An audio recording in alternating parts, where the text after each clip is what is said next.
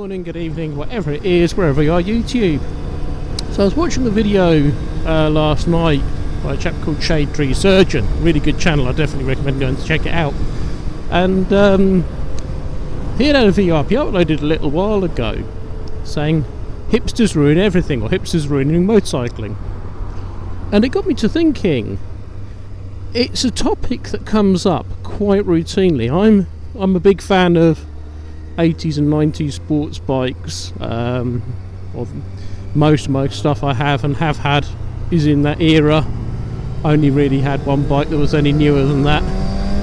But yeah, this 1990 FZR is very typical of the sort of stuff I prefer to ride. And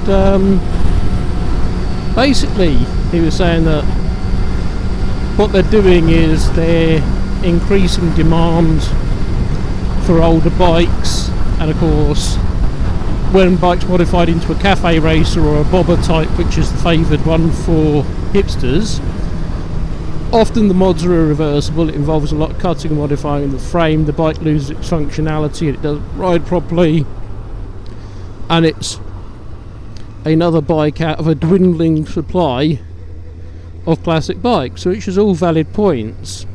And I thought to myself, well, how do you define ruining?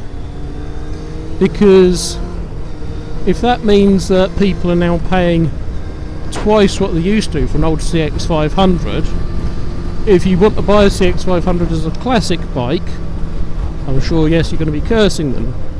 If you have a CX500 as a classic bike, you want to sell it, I'm sure you won't be, because every rough one that gets turned into a cafe racer reduces the quantity out there and pushes the price on the nicer ones up.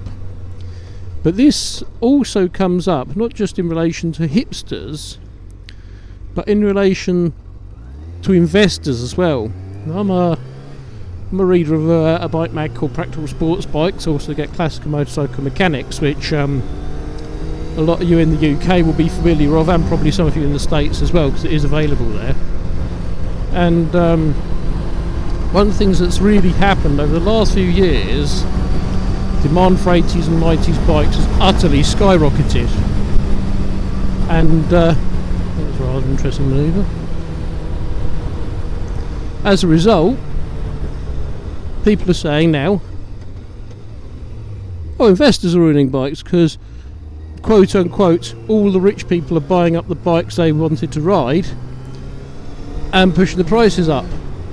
And the RG500 is a great case, a great example, because the price of those in the last 10 years or so have gone from £5,000 to £15,000, and also the Yamaha LCs have gone up exponentially. I mean, I sold an LC in the late 90s when I was a teenager. I got £600 for it, which at the time was fair. Now that same bike, even in the condition mine was in, which was nice but not perfect, would probably be worth close to £6,000. So has it ruined it? Well, I don't think it has, because the housing market has suffered obviously a similar growth spurt.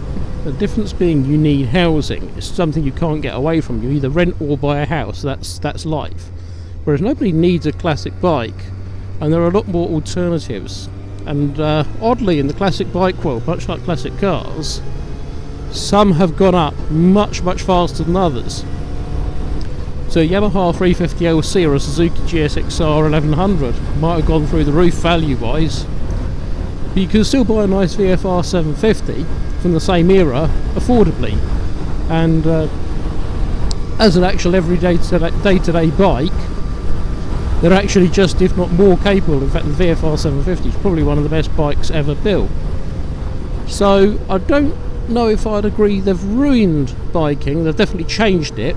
My concern, where I raise judgment they might have ruined biking, will come when the hipster thing moves on, and all of a sudden the market is flooded with either unfinished projects, which are still restorable, or lots of mangled CX500s and CV750s, which then effectively drop their prices back down to nothing.